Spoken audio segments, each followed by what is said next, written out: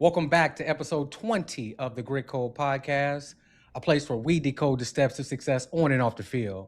I'm 11-year NFL veteran, three-time Pro Bowler Dante Whitner, alongside number 378 NFL Hall of Famer and 49ers legend Patrick Willis, and with us each and every week, Bay Area TV analyst and radio commentator Rod Brooks.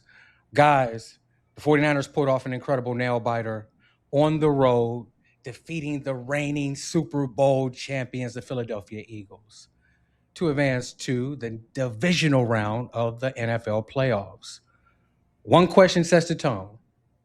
How did they go into enemy territory and leave victorious? They did it like they've been doing it all season long.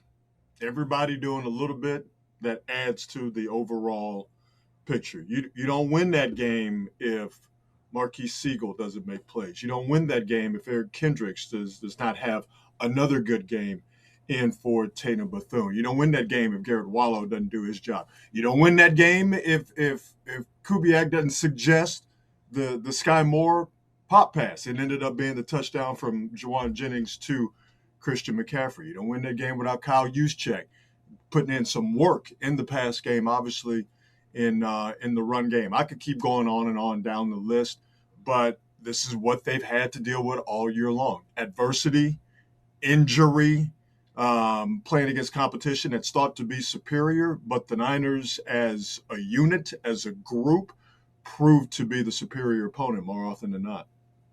Yeah, I have to second that, Rod. I didn't feel like that was a grown man win. Tough environment, calm execution, and I feel like they kept the faith the whole time. They never wavered. And to me, being poised under pressure like that, I've never won a Super Bowl, but I've been on the NFC Championship team, and that's what it feels like, and that's what we had to do at times. And so, they went in and they handled business. And the way that I'm looking at it, it was a number of different things, led by Kyle Shanahan's best coaching game since I've actually been covering the 49ers. And when you throw in the amount of injuries that he had, George Kittle going out, Vic Fangio, and a lot of his intricate schemes, I felt like Kyle Shanahan crafted up exactly what we talked about last week. He had some restricted splits in there, but he also had some change-ups. And they pushed the ball vertically downfield. Yeah. And they got that defense moving side to side. He threw some trick plays in there, and they relied on Christian McCaffrey and his receiving abilities out of the backfield. It's something that I want to get to, break down a couple of those plays by Kyle Shanahan and really get into the intricacies of it and see how it's hard for me to say this, being a Vic Fangio disciple, he outcoached Vic Fangio You know in a what? multitude of different ways, right? D, watching the game when it happened and then watching it yesterday, you could see the frustration building in Vic when they would show the coaching box. And as Yeah. the game went It was on, tight. you could see him getting more and more frustrated and getting tighter and tighter. And I just want to back you up on the job that the offense did and the job that Kyle Shanahan did. And you know this, Vic loves to take away what you do best. And they are really good at taking away the middle of the field. Brock Purdy, in the middle of the field, was 5 of 6, 123 yards, and 2 touchdowns. And you nailed it. They pushed the ball down the field without Ricky Pearsall and without George Kittle. Brock Purdy, 8.5 yards per attempt. That number might not mean anything to people watching and listening right now, or you might not think it's that big of a deal. 8.5 yards per attempt, A shit pushing ton. that bad boy down the field. Absolutely. It's a shit ton. That means that he's slicing and dicing. And one of the plays that I really want to get into now was the second play of the game where they found some speed. They made an adjustment off of the restricted splits and they hit DeMarcus Robinson for a 40-plus yard game downfield. I like the ability for Robinson to get up on Quinyon Mitchell's toes and then put that stank on him. And that's exactly what he did. And normally he will break it off a little quicker inside, but he pushed it up as if he was running vertical and then slightly went inside and then Brock Purdy with the perfect placement. That was one of the things that coming into the game, the Seattle Seahawks, they were sitting on all those routes. 100%. And the 49ers made them pay for it this week. Yeah. I thought for sure that they were going to copy a lot of what Seattle did, but like you say, Dante, I must give it to Kyle. When I was, early in my retirement, I was seeing him do his thing, and as a defender, I'm like, man, I would love to go against him. But the more I've got a chance to really see how he approaches the game from, his defensive minded perspective, and also his offensive side, I'm gonna say, man, his scheme and those guys trusting that he is going to put him in the right position is equaling great results. And man, shout out to Purdy. I mean, I don't know what it is about him, man, but in the fourth quarter, I mean, just the whole game long. I mean, he's standing in the pocket. He's delivering throws that makes me be like, whoa! And all of a sudden, I mean, it goes right. I mean, it's a perfect throw. And I saw Brady talking about throwing in the wind, and I mean, and you guys, I was there. The wind was crazy. I mean, crazy. I'm thinking to myself, there's no way they're going to be passing the ball the way that they did. But for him to, I know he had a couple of, turnovers, but I mean, for him to still throw the ball as he did and those guys respond in the way that they did, even with George going down, I mean, that's championship Hey, potential. Pat, you hit it right on the head, though. Before you jump in, Rod, Sure. you hit it right on the head. Kyle's intricate knowledge of the defensive system is the reason why the first touchdown to DeMarcus Robinson happened.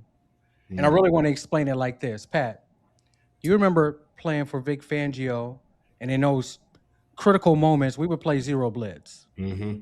But first and foremost, what we would do is we would give zone alignments so that the offense didn't know.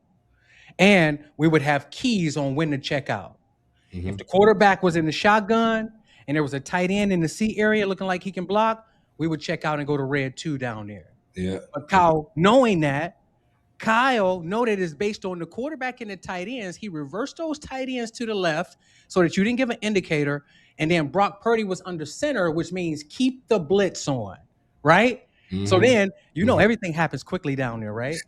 So now they have zero blitz where you have DeJean and Blankenship backside responsible for Tunges and George Kittle. And to the front side, they have a safety and a corner on 2 wide receivers giving zone alignment, right? Yeah. So when they go that fast motion with Jennings, guess who that's pulling into the box and giving the quarterback the keys?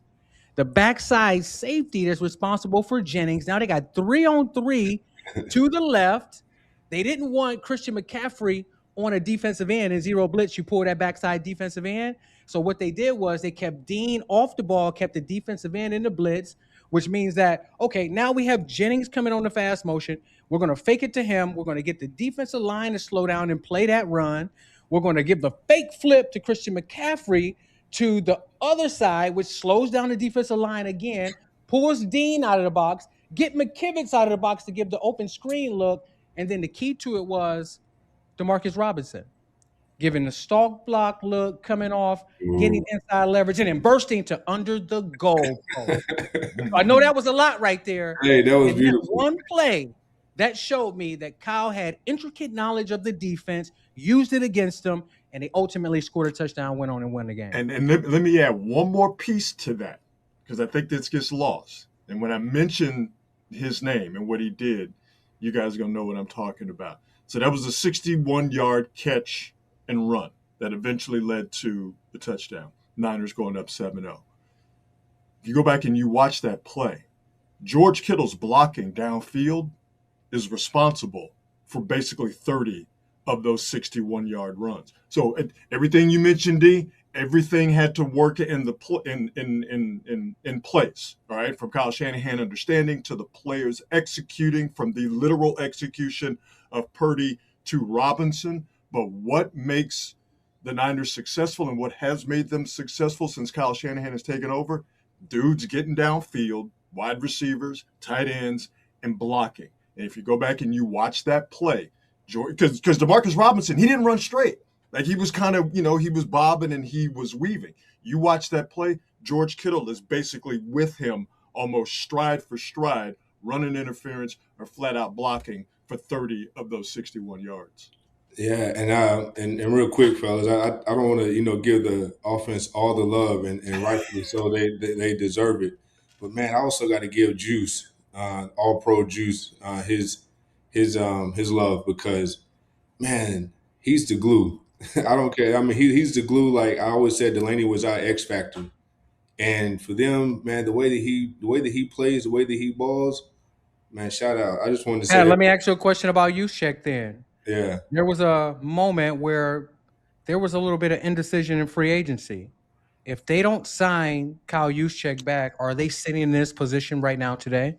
Truthfully, it's very hard to say because I don't want to take away from Kyle and I don't want to take away from what I've seen these guys be able to step in and do at different times because I know Kyle had a little bit of an injury early on in the season and those guys really just with the next man up mentality.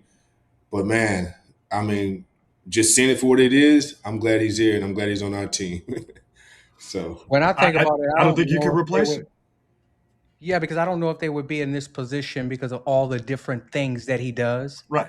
And then they're so intricate in the details, the motions, the shifts, who you block, how you block them, route concepts, pass blocking, receiving the football, yards after catch, being physical after the catch, being a normal 2-down fullback where you got to go put your face mask on a middle linebacker.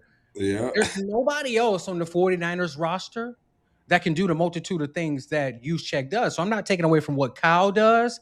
I'm just giving Kyle Juszczyk the ultimate props, saying that if I don't know if they would be in this position without him. No, and I'm in agreement with you, and I'll just make it make a point on a base level. They don't beat the Eagles if he doesn't have that 27-yard catch and run late.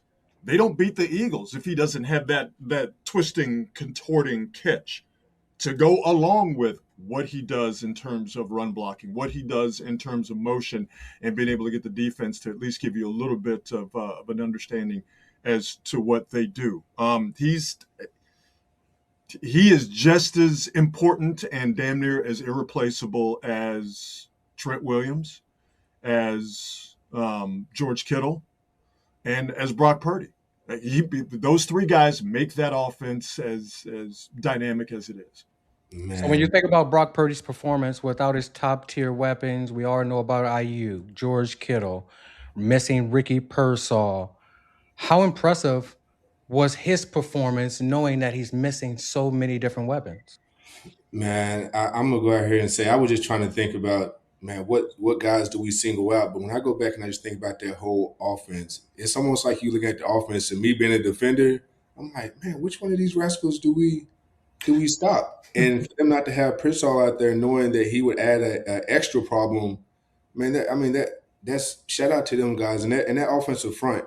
I mean, them boys, they were getting to Purdy, they were getting to him, but I will say, man, Trent, I know what it was like when Justin didn't play one game. I remember what it was like to go into that 2014 season without Navarro. And I feel like, man, I know what it feels like for them guys not to have some of their key guys. But Trent, man, he is like that force that's almost like the reinforcer. The other guys are like, when we got Trent, that's big bro here. Like, and we got to show up. Like, we got to. And it's like I felt it. And so, man, just shout out to the whole offense, the offensive front, the players. But, man, shout out for Trent for going, especially in the game that was like that where it was cold, your hamstring. I never had a hamstring problem, and I think about stuff like this sometimes when people talk about it getting pulled off the bone, and I'm like, shit, man, your ass, excuse my language, bro, like that's like it hurts. So just, again, I just shout out to those guys, but I don't want to talk too much because I don't want to jinx our guys, man. I don't want to jump ahead, but. Pat, you ready to come out and play? Yeah. Hey, it's like, man, Dante, I did. Hey, on the way there, I will say, it's one thing, when you on the bus, but man, the closer we got to that locker room, and we got in there, it brought me back to old times, and that's the stuff that people, when they ask what you miss about the game, that you can't duplicate in an office setting. Maybe you can build that chemistry or camaraderie or something at some point, but for a split second, I looked around like, how you walk in the door and you like, well, where's our lockers at? You just felt it. You see the guys. You can smell it, right? You can smell it in the air. Man, you can feel it in the mist. In the grass. Like, and you feel those butterflies in your stomach. You're like, fuck, I have to go to war. You're like, man, if I could go back a few years, like if I could, but then you just, you take I ain't that. got it no more. We washed. He like, it's fuck it. I got my hopes up. I'm washed. Hey, that's when we come back to that I'm washed moment. Let me peel back the curtain here for the people. So last Thursday, watching TV, watching Ole Miss in Miami, national championship semifinal game down at the Fiesta Bowl. And so the two teams come out and they bring out honorary captains. So, Miami, they got a gang of cats. Ray Lewis is one of the cats. Ole Miss, they bring out the two greatest players in the history of the University of Mississippi football program, Eli Manning and Patrick Willis. So I'm watching like I know that dude. That's Best Pat. That's my man, right? So I'm watching it. And when they're doing that coin flip, and Pat, I sent you this text. I'm not going to sit here and say I know you, but I feel like I know enough about you. I see in Pat's eyes, I'm like, Pat ready to hit somebody. Pat ready to hit somebody at the coin toss. That was on Thursday. So that goes from Thursday all the way to Sunday, Niners and Eagles. Pat, I know you felt like if you just give me one rep, I'm going to run through somebody and they're going to feel it. Am I lying? No, you're not lying at all, Rob. You're absolutely right. At the coin toss, I had that feeling like, ooh, man, this is what it feels like to be back out here. I said, this is what I miss. And like I said, when you're away from it, you cool. It's like out of sight, out of mind. But to be that close and then to go to the Eagles game and to know Vic was on the other side. And I saw Brandon Graham one time, chomping at our guys, and I'm thinking to myself like, hey, talk to someone like you over here. But then, yeah. But then at the same time, like I said, Dante, but hey, I will say I know what them old heads used to say now when they was older and we was younger. They used to look at you and they'd be like, all right.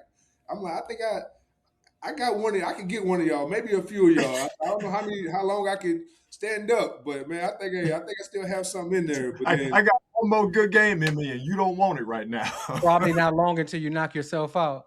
Right, me too. The recovery. My last year, it was rough. I'm telling you, that brain was so shook up. I couldn't bring that thunder no more, Pat. It was over. Man. No. But when I watched that performance from Brock Purdy, it was phenomenal. Mm-hmm. He made two costly mistakes. One of them pre-snap, he could have determined that he wasn't throwing the ball there. You can't throw an over route to a tight end when you have a speedy cornerback like Quinyon Mitchell. So that was just one. The other one, he should have came back to his second read and went to Juwan Jennings. But for the most part, watching the game, I came up with this nickname for Brock Purdy. It's Vanilla Vic. You ever heard of Vanilla Vic? Vanilla Vic, baby. And that's what he is. And he's performing at a top tier level. And another play out there where Vic Fangio was playing a lot of cover 3 match. Pat, you remember we used to play that? Yeah. You come down, you play regular cover 3 unless the slot receivers or the tight end run vertical, then it basically turns to man. Yeah. So when you think about that Christian McCaffrey catch, when he went up over the middle, mm-hmm. It was Kyle Shanahan and the way that he set the play up. It was DeMarcus Robinson being tight to the tackle, not running off the ball, speeding. He was almost jogging to get into the way of Blankenship. And when he felt the corner and the wide receiver right there, he felt like he had to jump outside, which opened up that seam route. And another critical component was George Kittle backside running like a zag route, holding both of the underneath inside hook players, and then Brock Purdy's eyes staring at George Kittle and then lasering the football in there, trusting Christian McCaffrey. And there was another instance like that where he showed great composure and eye control. Is the Juwan Jennings 40-yard catch. Mm-hmm. That was another form of cover 3 match. Juwan Jennings was matched up on Cooper DeJean, which he totally broke his ass off. And all he did was run a seam route. But the way he bolted and got up on his feet and hit him with the chops, he made Cooper DeJean look like he lift too many weights. He looked real stiff in the moment. And when you look at Brock Purdy, his eyes, he controlled the underneath hook players, but he didn't move them to the right this time. He moved them to the left and almost threw a no-look pass like you see from Matthew Stafford. So that's where we're seeing Brock Purdy downfield passing game, 8.5 yards per play. That's where he's evolving. There's not a throw he can't make. There's not a situation where he cannot operate effectively. Remember when people used to talk about that he didn't have an arm? He made a throw. I think it was in the fourth quarter to DeMarcus Robinson. Right hash, left sideline. That's the hardest throw a quarterback can make. In that win, as you talked about, Pat, at Lincoln Financial Field, it was an absolute seed. He had 32 dropbacks. He was only hit twice. Credit to the Niners offensive line. But Brock Purdy's pocket movement is outstanding. He has that trained yet seeming innate ability to move laterally to get away from guys, still keep his eyes up, still have that eye discipline, as you mentioned, Dante. And then obviously the arm strength and just the overall get down to get the ball there. He knows how to move up without running into somebody. And yeah, man, he'd be out there on that Vanilla Vic. He's Vanilla Vic for sure. We got to call him Vanilla Vic from here on out. Because he can move. And here's the thing. You look, okay, 9 rushes, 24 yards. It's all right. That's not that impressive. Here's what's impressive. Those 4 first downs. Those are big, big first downs for the Niners that came because of Brock Purdy's feet. And not because he was running scared, not because he was running because he didn't know what to do. That was all within the context of how he plays quarterback. Right now, he's playing it at just about a higher level as anybody else in the league, not named Matthew Stafford. And I totally agree with you, Rod. That game-winning touchdown pass to Christian McCaffrey was a prime example of that. Sure. Get back to his back foot, nothing's open, went through 5 reads, stepped up with composure, nobody touched him, and threw it in there like a dart. That's like a video game. So if Madden, if you're watching this, increase Brock Purdy's pocket awareness to 99.5. Yeah. Because that's where we're going with it. If he didn't have that pocket awareness, the 49ers probably don't win that game. Yep. Yeah, a lot went into that game when we were thinking about it. And like you said, we could just point one person out of 2 people.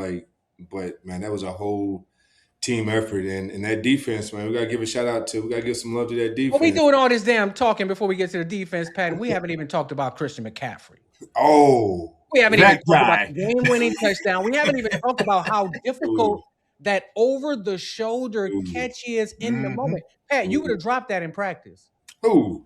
You? Man, you crazy, man. Man, if an interception was coming, you crazy. That's you had to 17.6 yards, 17.6 yards in high school now with these hands are here playing the man, but that angle, those lights flashing down, But the I moment. will say that was pretty impressive, man. Shout out, hey, that was pretty impressive. And just as you said, Dante, you're right.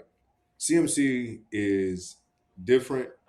And in winning times, man, it is great to have a guy like that on your team because I would always know my running backs. Back in the day, you knew the skinny guy that was coming in or the smaller guy coming in to do the routes, and then you knew the heavier guy. Christian McCaffrey can do it all. And like you said, Dante, on that route that he ran, I remember when Mike March came in 2000, like 8 or 10. It was something like that when Mike March was with the Niners.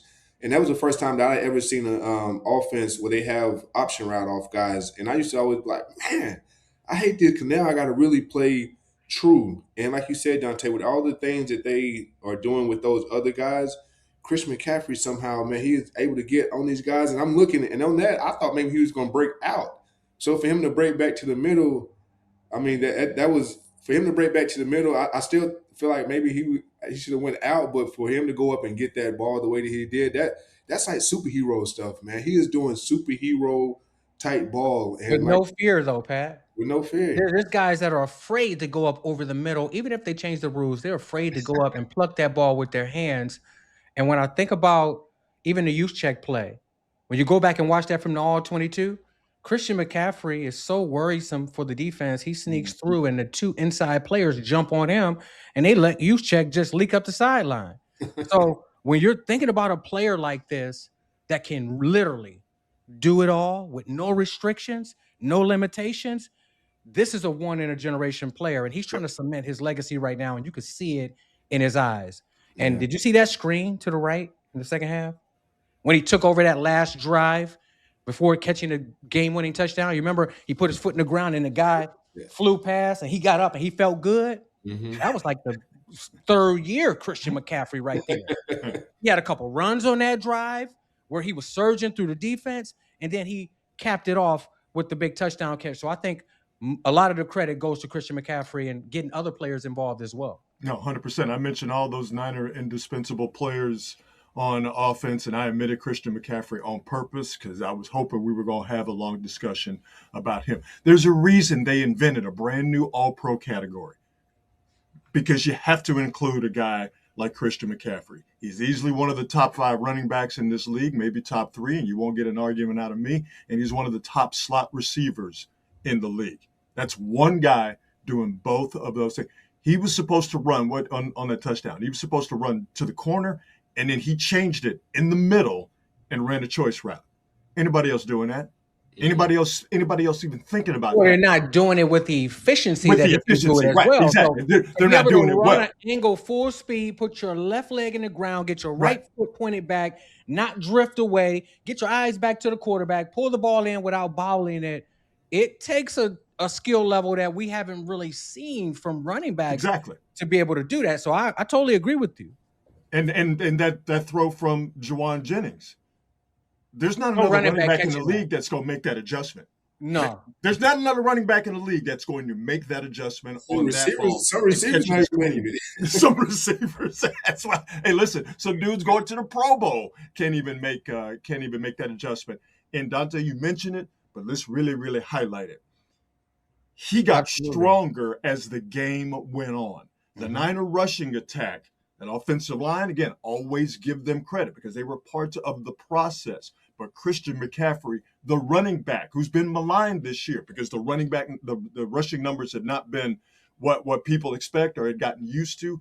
Christian McCaffrey in the fourth quarter was the tip of the spear. He got stronger. That running game got stronger. And then what does he do? He decides to go with a choice route and hit you for a game-winning touchdown. There's a lot of great running backs in this league right now. They ain't doing what CMC is doing. Absolutely not. So now I want to get over to the defensive side of the ball. Yeah, man. A side of the ball that received a lot of scrutiny for the entirety of the year. They've had a lot of injuries, but they found ways to figure it out.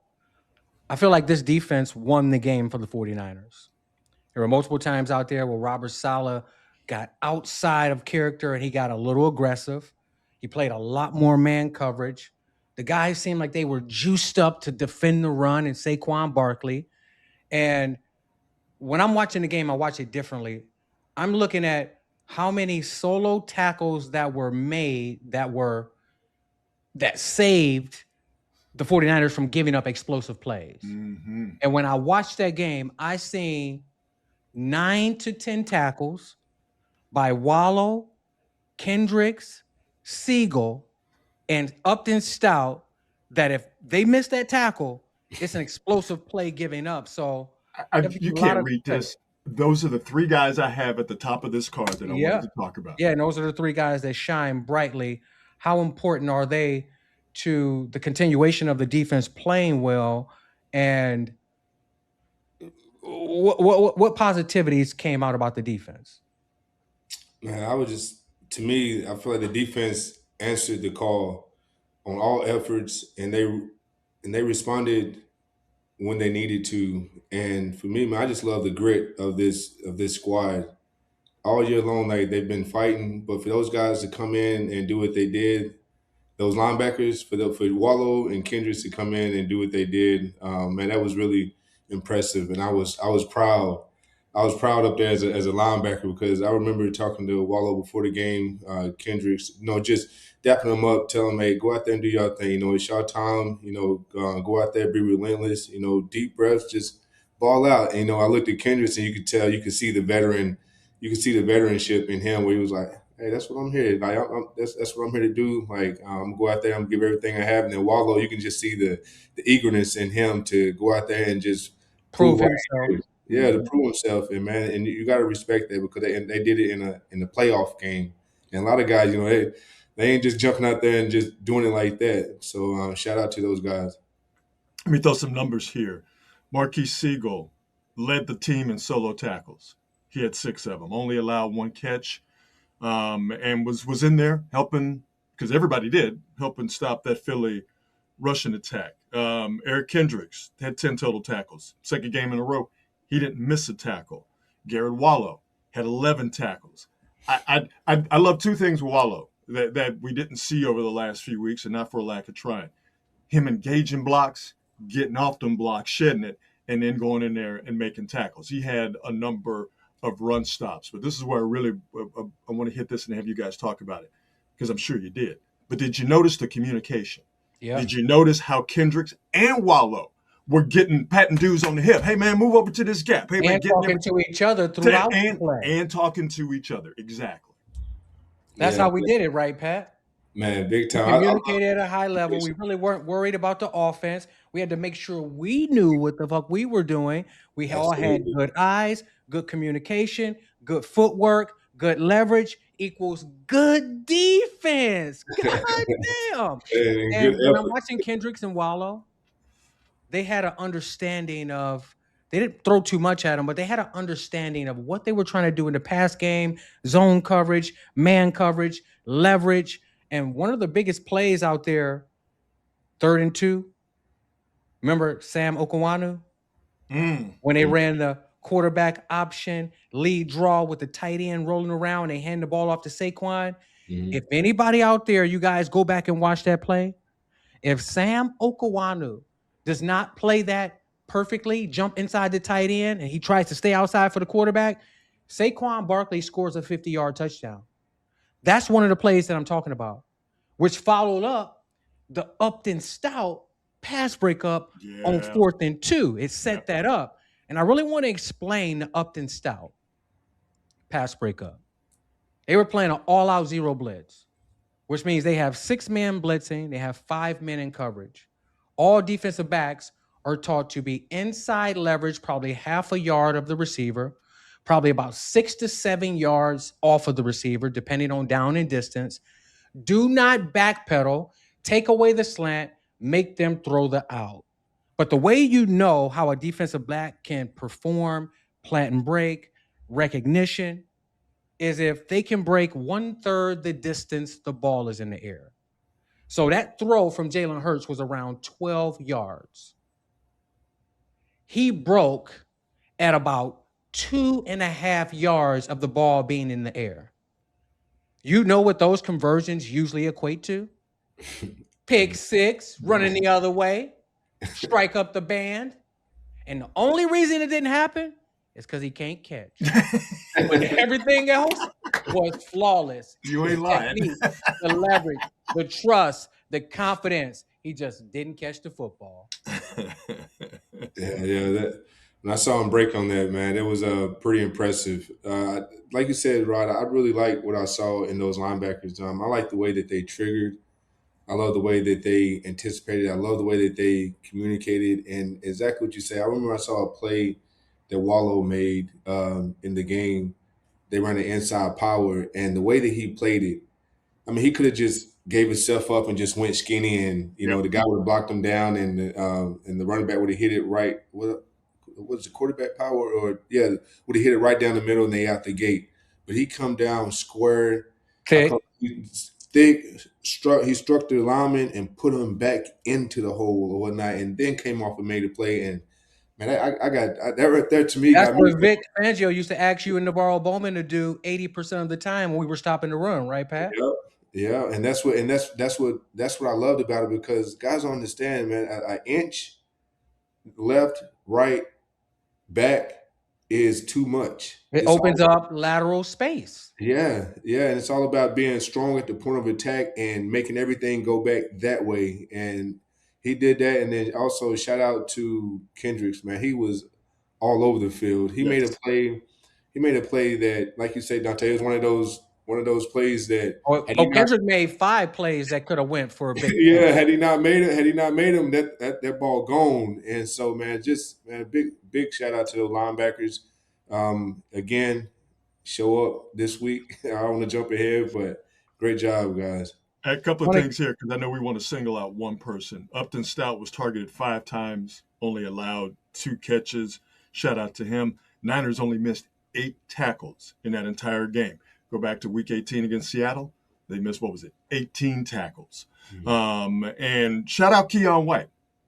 Led the team in pressures with 4, if I'm not mistaken. And if he does not tackle Jalen Hurts, 1st and 10, minute 25 left in that game, on the Niners 21.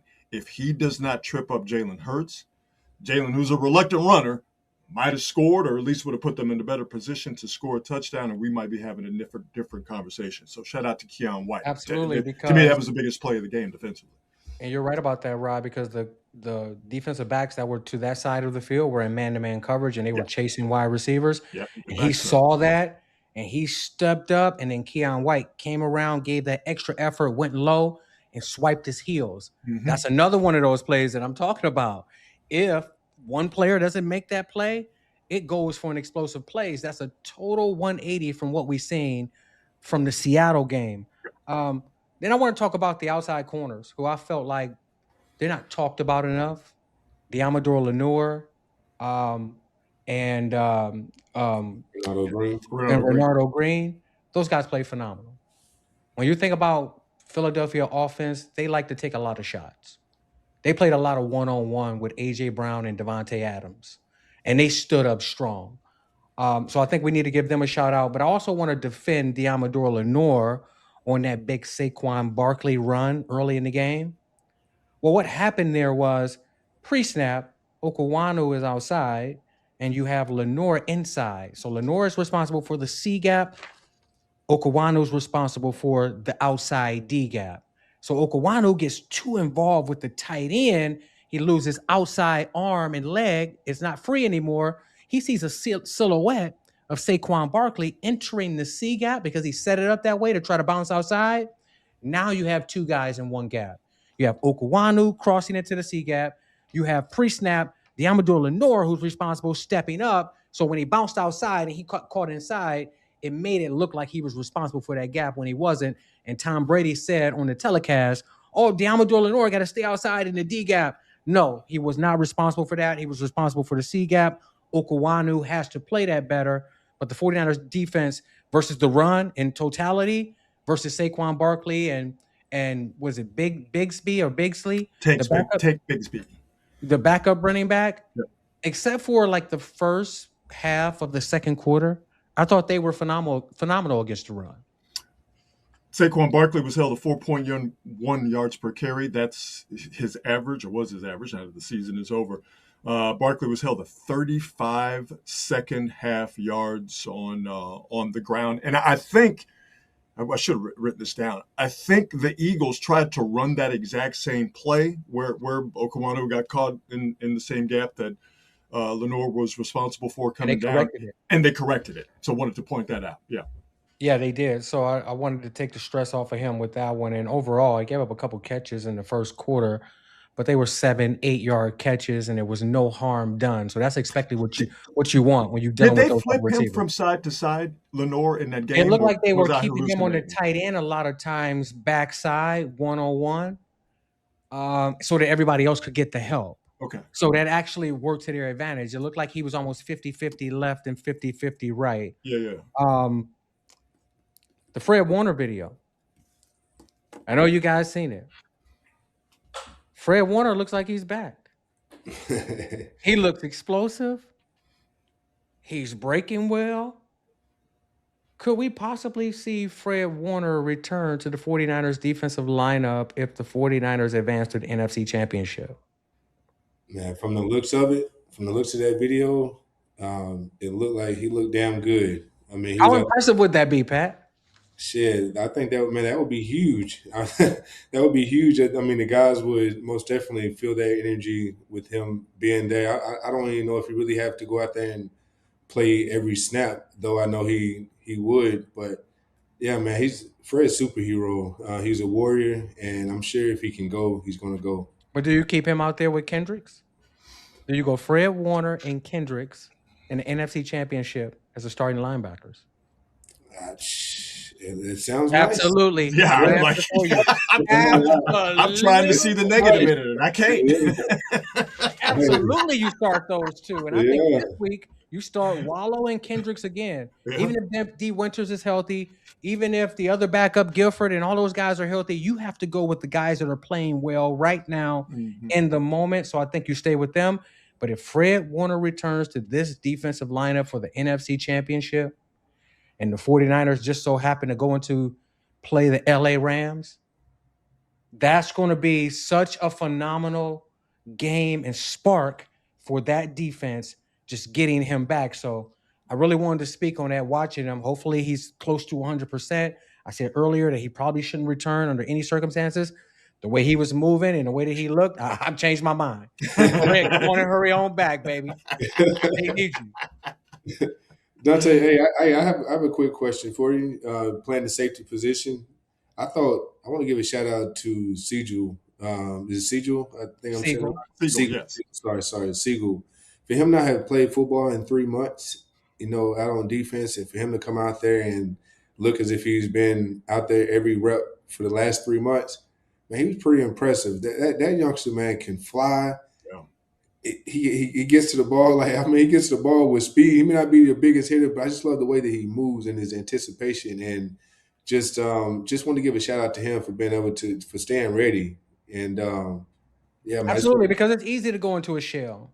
Once you get demoted, especially early in your career, it's easy to get into your feelings. But when you look at the way that he played, obviously he's a high character individual where every rep that he was receiving, whether it was a backup rep, whether it was a scout team rep, he took it seriously. And you could tell that he had a chip on his shoulder. And you could tell that he wasn't negotiating out there. There's some guys that they're out there and they're not running full ass out to the ball every time. And that's what he was doing. And he wasn't thinking about it. When you're not thinking and you're just reacting, you can play football better. And that's what he was doing. He was another guy that came down in a cover six on the two receivers. They had an 8-man box. Saquon Barkley run up through the A gap. If he doesn't overlap and make that tackle, it's another 25-yard game.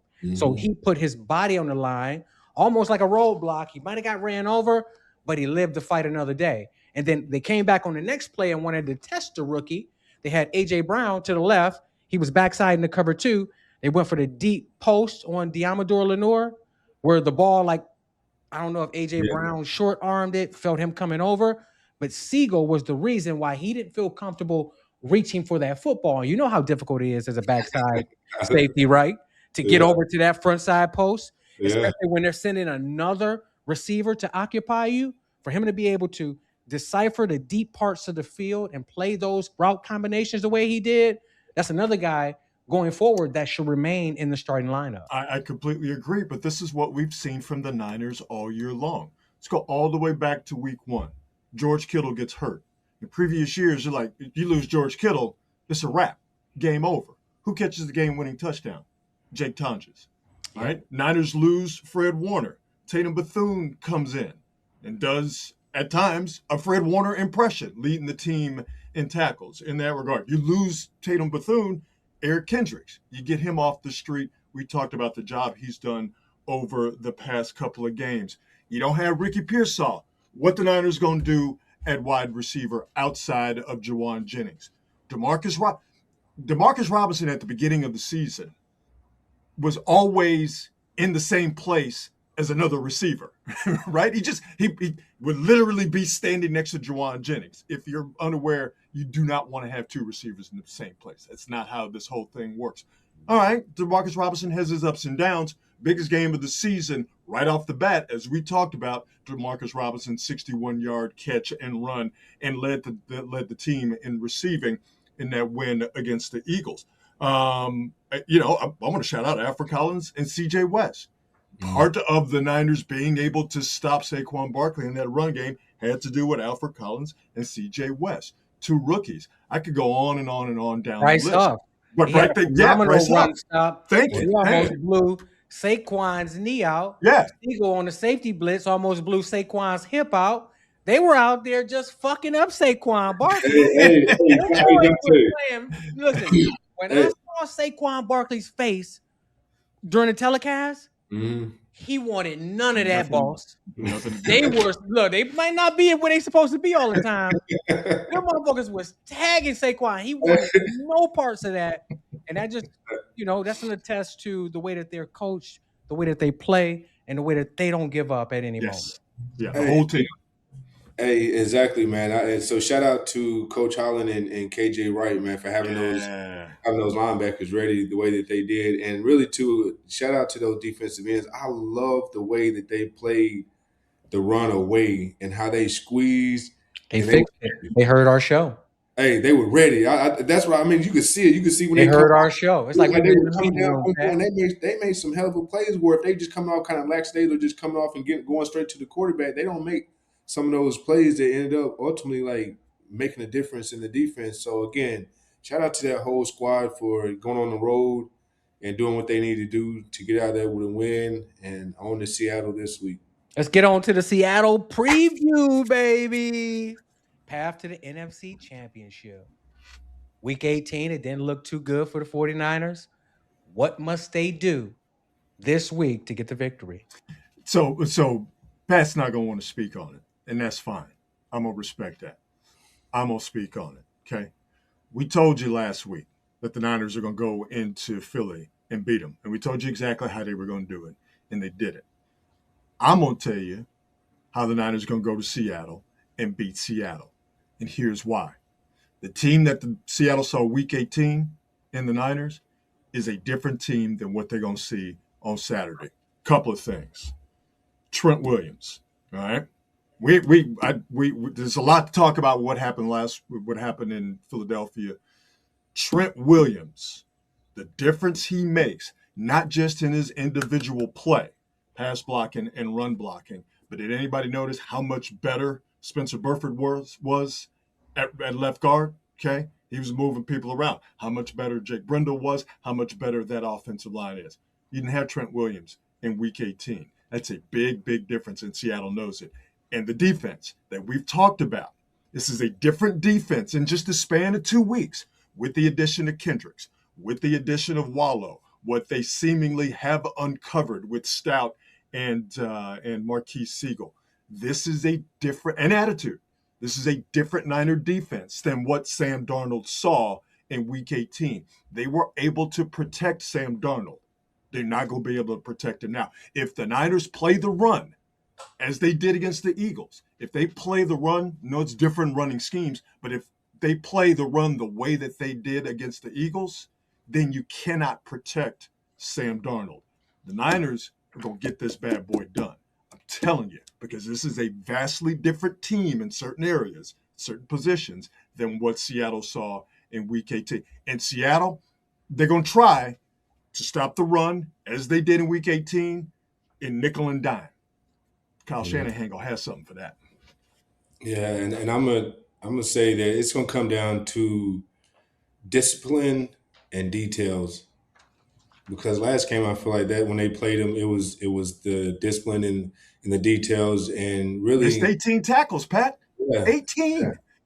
yeah, and then just playing clean football, and really we know it's going to be physical up there, but yeah, I think it's going to come down to the discipline and the details, and them making sure that they're on that and just playing clean football. When I say clean football, I mean being on their details. So And, Pat, and let's, let, let me Pat, let me let's add one, let me recollect. add one more thing though. You gonna get Ricky Pearsall back, okay? Remember he had 4 catches for 108 yards in week 1. Ricky Pearsall is gonna come back, and it's gonna come down to quarterback play. It's gonna come down to Brock Purdy or Sam Darnold. I know who I'm taking. mm, So, Pat, let's recollect a little bit. We've played some major games up there in Seattle. mhm. NFC Championship, playoff games. Think about that crowd noise. Think about how in those moments when we felt like we had Russell Wilson on the ground and he would skirt out and throw a deep pass, or Marshawn Lynch would sneak out the backside and throw the ball to him and he walk into the end zone. How important is it to do the simple things at an extraordinary level? Man, it's going to be very important because I was just thinking about it. Being in the Lincoln Financial Field, being at the Eagles, people talk about how grimy it is or how nasty it is to go there. Nah, man, it's something about that daggum Seattle. I was telling someone the other day. I said, man, I don't even like using the word hate, but I hate going up there, like especially going up there in the wintertime or when it's cold. But you're absolutely right, Dante. what greatness is doing the little things extraordinarily well, consistently. And again, it goes back to them, us knowing them. We know they can play football. It's just they just have to be sound, again, disciplined in their details. And I feel like if they do that, man, they're gonna give themselves a chance to come out there victorious and get to the NFC Championship, in which they could get one of their greatest leaders back on that field with them. Which means, man, this could be the year. Just like you see Miami playing in their own city, for the national championship. This could be one of those games that would be the fourth team I think ever in history to be playing the Super Bowl, in their home stadium. And this year has just been really, really interesting. So I think it could make for a great, great story. So we're gonna see. The key to the 49ers beating the Seattle Seahawks and advancing to the NFC Championship is one player, Ricky Pearsall. When you go back and you watch week one, he put Reek Woolen in a blender. Those defensive backs from Seattle are afraid of Ricky Pearsall. You want to know why? Because they see a poor man's JSN. Same body mannerisms, same smoothness, the ability to push the ball vertical, the double moves, catch the ball over the middle, run after the catch, red zone threat. If Ricky Pearsall plays this week, it's not even close. The 49ers will go into Seattle and blow out the Seattle Seahawks. Yeah, I mean, I like their confidence, man, but I ain't gonna say blow them out. Blow them out, Pat. Pat, you don't have to say it. Defensive stops in that Week 18 game, you win that game. Pat, you don't have to say it. Let us say it. All right, hey, I don't want to jinx them, man, but hey, we blow them out.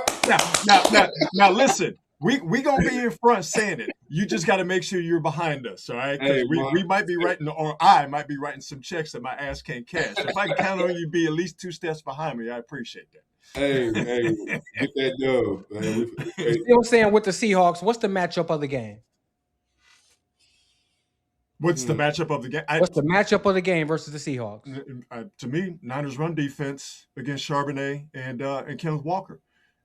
Because here's where the Niners have problems, what I've noticed this season. It's not just with singular running backs, all right? Because they did a job against Saquon Barkley, did the job against Jonathan Taylor, did the job against Bijan Robinson. It's when they have to deal with multiple guys, like in Chicago, like in LA, and like what they have in Seattle.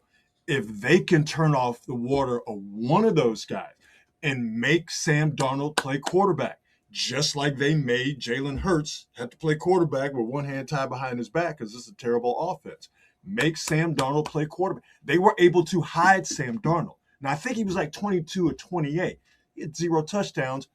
More important to them, 0 interceptions. You get them in the third down. They only convert third downs at, like a 34, 37% clip. You get them in the third and longs, put that on Sam Darnold, Niners will take that all day long. But that starts with the run game or stopping the run game, in my estimation. Yeah, I agree with you, Rod. I'm going to say the same thing. I think it's going to start with stopping the run game. The only thing is they have planned against a in Dante's words, he could say the poor man's Kyle Shanahan's type offense, which means they're predicated on the same thing, run. Mm-hmm. We're going to try to figure out how to get this run going and get you on play action and whatnot. So it honestly, yeah. So to me now, I'm thinking about it's going to come down to those linebackers again playing some good football. Not good football. They're going to have to go out there and play great against against the run, but also be good on their run pass keys because of how much, they like to set you up with the run, and then hit you with boots or whatnot. And so I think if they come out and they play sound like they did, their offense is going to be a little bit more complicated maybe than the Eagles' offense. But I think for what it's worth, they can play with those guys. And then again, they're going to have their best game this week. It's what have you done for me today? I appreciate what you did last week, but what have you done? What will you do today, this week? So, but I have faith in those guys. But for me, it's the matchup between Kyle Shanahan and McDaniels. Sure. Think about the way that Brock Purdy and the offense performed in Baltimore a couple years ago. Mm-hmm. Think about how they performed Week 18 this year. Think about how they perform versus strong front fours with Mhm. a strong defensive back core. So it's going to be Mike McDaniels versus Kyle Shanahan. And can the 49ers space it out enough, get enough push up front to really get Christian McCaffrey going? And can they really throw the ball in the middle of the field? Yeah. They're going to take that away from them. They're going to force them to try to throw the ball outside, which is why I say that Ricky Pearsall is the key to this matchup, because there's nobody in the Seattle Seahawks secondary that can cover Pearsall one-on-one consistently. I went back and I watched every play, and on every play and every route ran in that first game, lots of separation. So Yeah. that's the key. He was beating them off the line of scrimmage and making them look silly. Terribly. And once he gets off the line of scrimmage, he's got you in a blender because he's either going to run or he's going to run top speed, stop, turn on the dime, or change directions. He's terrible. My question to both of you guys is, how do they get Seattle out of that stopping the run and everybody at the line of scrimmage with 5 or 6 defensive backs? Do they have to get them out of that, or do the Niners have to operate within the framework of Seattle doing that? And as you mentioned, D, having those DBs out there with the idea of, we know we're going to stop the run because of what we have up front. I think, along with the Texans, the Seattle Seahawks are the best tackling team in football. So they got the DBs, they got them rallying to the ball. And knowing that because they have 5 and 6 DBs out there, the middle is a no-fly zone. Do the Niners have to take them out of that, or do they have to operate within that Seattle defensive framework? Well, this is just one of the teams and the few teams that the 49ers will have to go a lot of spacing, where you're not restricting the splits much, because when you have a front 7 that's dominant like that, 2 defensive tackles that can control the middle of the defense, it's almost like having an extra player on defense. You see what I'm saying? Yep. So then when you restrict the splits and you want to run the ball, now we got 2 corners in the box. We have 9 guys.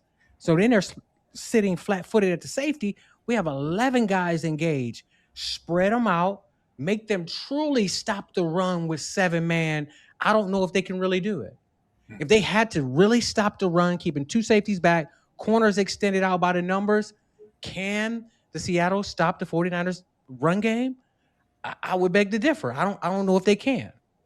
I'm gonna say I like what you're saying, Dante, as an alternative, but I'm always gonna say maybe start out with something else, but you're gonna go back to your bread and butter. So why not in this kind of game, do what you do and do it They extremely didn't well. do that last week though, Pat. I know, but this The is what big I'm plays saying. last week came off of like change-ups. I know, and that's what I'm saying. If they could do that, so whatever they did last week, I mean, they ran their offense last week. They didn't do that, and I thought the Eagles had a pretty good defense. What I'm thinking about most is, man, can they muster up the vitality of what it's going to take to really go in there and be hard again this week in the same way that you got up last week? Because you have, I mean, they Or a know short week. they know what they know what they have ahead of them. But even if you know, sometimes, man, that fright to go out there and I ain't gonna say do it again, but I just That killer instinct. I just hope they That's have. basically what you're saying, that killer instinct. It's like because what we say, Dante, is when you get older, and they got a young team. So sometimes if you're too young, you really don't understand it. But then when you're older, you just don't have that same get back, that we like to go out there like you just was that vigorous, to come back out again against a squad like this. But they have the guys from top to bottom, and those guys they play for one another, and so that's what you have to have faith on at the end of the day, that they will somehow get to that day and realize, like, not even just get to that day, but I'm praying that they come with it. If they come with it, it's going to be a hell of a game, and so they just have to do it back to back, and that's what it's going to take. That's what it's going to take. It seems like the Niners are only going to have 2 practices this week because they will play on Saturday, as Dante mentioned. It's going to be a short week. The NFL didn't do them any favors. So dialing it down to 2 practices, can that help? I don't even know if it's that. I think it's that inner thing where if you have all Okay. your veterans, if you have all of them, they kind of get in that little huddle and they say, hey, we got to do this, and I'm not saying they don't have it now. Mine is more so just can you do it can you do it again this week? And I during hear the you. season, I feel like when they've had those games, like when they was winning those games, like for a prime example, when they won that stretch of 6 games and how they kept just, they was getting that win, and then though it was barely a win, my mind was when they got to Seattle, I was like, all right, I could see that happening because things ebb and flow or whatnot. 3 But games in 13 days. yeah, and so now my thing is, all right, this is a playoffs. If they could, get that rest. It would have been nice if they got the bye, but they didn't. They was able to, I feel like, kind of come back this week, and they was able to get that charge back. Now I just hope that they're able to keep that trajectory of that charge. But as you get older, I That know it takes. championship energy has to be sustained. Yep. That's basically what you're saying. Yeah. I don't And know you how. remember playing a No, lot it of makes those sense. games in the playoffs. Even when we played the Baltimore Ravens in the Super Bowl, Thursday night football, it was a style of game that they played, right? That Mhm. physical, the offensive line blasting off the ball, guys trying to cut your legs out to where they play at a level that a lot of the opponents can't match and sustain.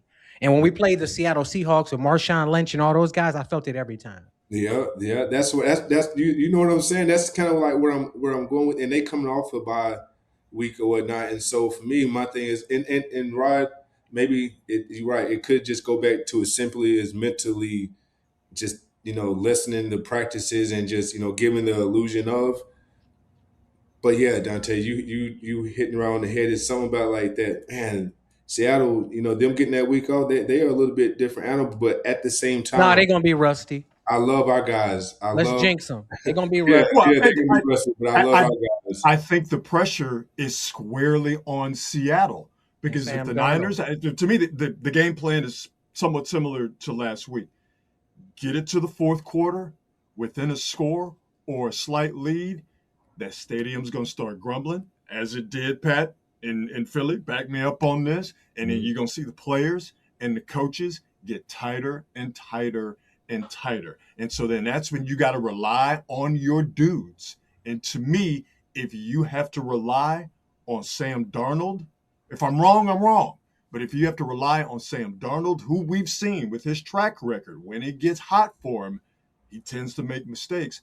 If in that fourth quarter, if the Niners can weather the storm physically and mentally and get it to where it's a tight game, all that pressure is going to come raining down on Seattle. And then And if I I got to totally pick agree. between the two, I'm going to pick the Niners in that situation, even on the road, even playing 3 games in 13 days, I, even without George Kittle, even without all the guys that they have been missing all year.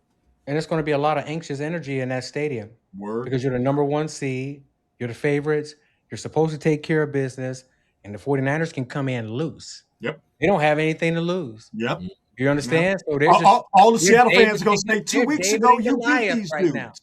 You beat these dudes. You got you, man. It's light work, and then it's not light work, and everybody's like, "Well, what the hell just happened?" Absolutely. And that's very dangerous for the Seattle Seahawks, being that they beat the 49ers in week 18 in the manner that they did, to get Mm-hmm. overly confident, to really feel like, oh, we got this. And next thing you know, you're going home crying like I was after the NFC Championship versus the New York Giants. That's what's going to happen. Before we get out of here, let's go around the league. A lot of big games this week. The Buffalo Bills took care of business in Jacksonville, put it all on the shoulders of Josh Allen this week. The number one seed, Denver Broncos. Who do we like? Broncos defense is really, really good. Their offensive line is really good. Buffalo kind of bowed up when they had to against Jacksonville. I don't know if they have enough to really make Bo Nix's life miserable. So I'm gonna go with the Broncos in this game on the strength mainly of their defense and their O line. Yeah, I'm gonna go with the Broncos. Just keeping it simple. I for some reason this year on Madden, I don't play with the Niners during the season because I don't want to jinx our guys. Anybody get hurt or I'd be awesome or something. So I play with the Broncos, and I don't know. I'm gonna ride with the Broncos. I feel like they got enough to get it done. I'm going the other way. Okay. I'm going with the Buffalo Oh, that's Bills.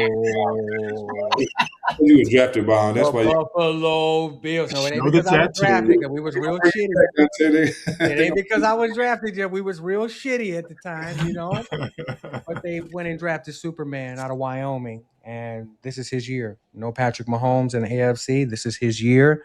If you watched that game last week, they were down with like 2 minutes and 34 seconds. It's a lot of pressure for a quarterback with the expectations that Josh Allen has.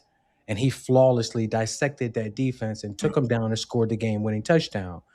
I think if they win the game this week, he's going to have to do the same thing.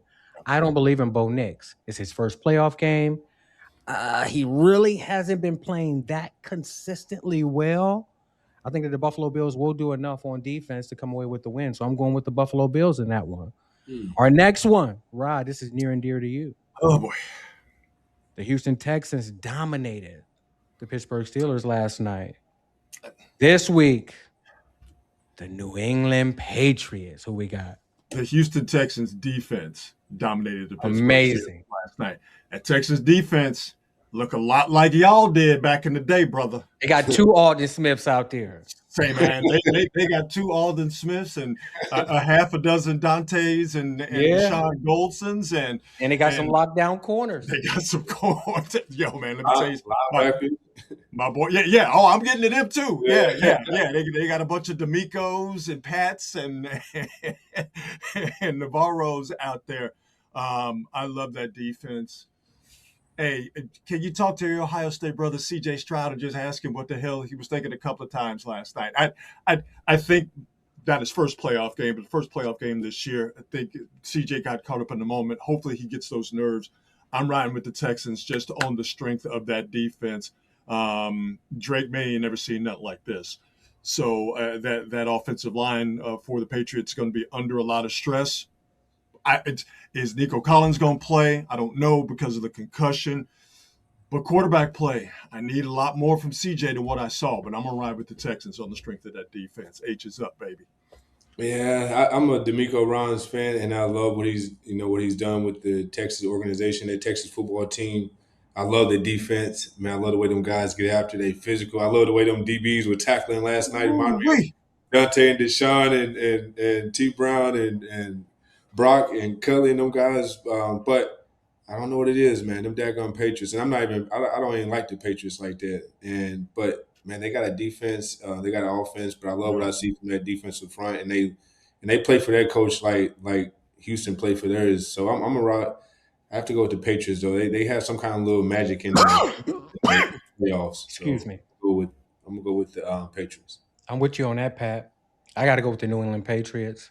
When I watched just the full team effort, special teams, offense, defense, effort, fundamentals, tackling, rushing the quarterback, stopping the run, physicality, I think that the differentiator is going to be the quarterback play. No. When I watched CJ Stroud last night, he looked shaky. Yeah. He looked very shaky last night. I'm like, oh, I don't know if this is a championship offense.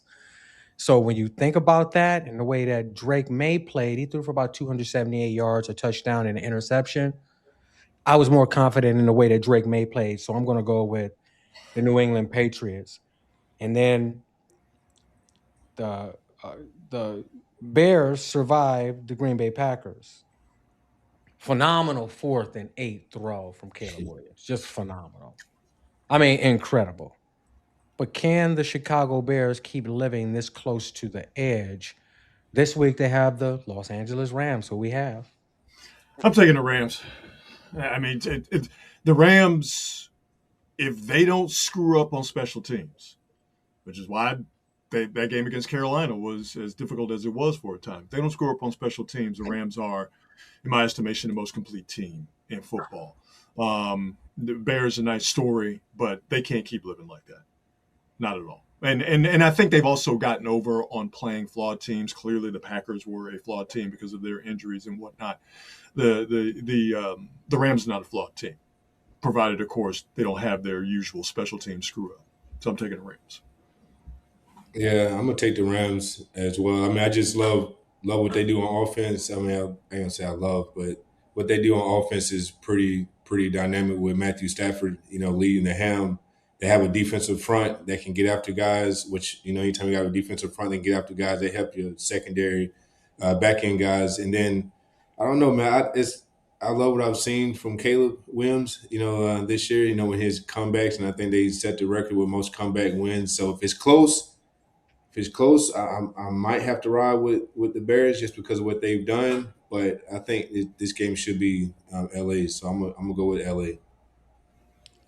Well, I'm going to go with the Chicago Bears, mainly because when I think about their defensive secondary and I think about who Matthew Stafford becomes sometimes in the playoffs and big games. What's his name? Matty Miscue. Matty Miscue. And when you think about the Chicago Bears secondary, they led the entire NFL in interceptions in totality. Yeah, But then they have the individual interception leader in Kevin Byard as well with 7 interceptions. So when I'm thinking about all of this, the way that the Chicago Bears have just magically been able to come back, I have to go with the Chicago Bears just by a slight margin. One of those close games is probably going to come down to a field goal at the end. And last but not least, the 49ers went on the road and fully dismissed last year's Super Bowl champion. This week, the number 1 seed, Seattle Seahawks.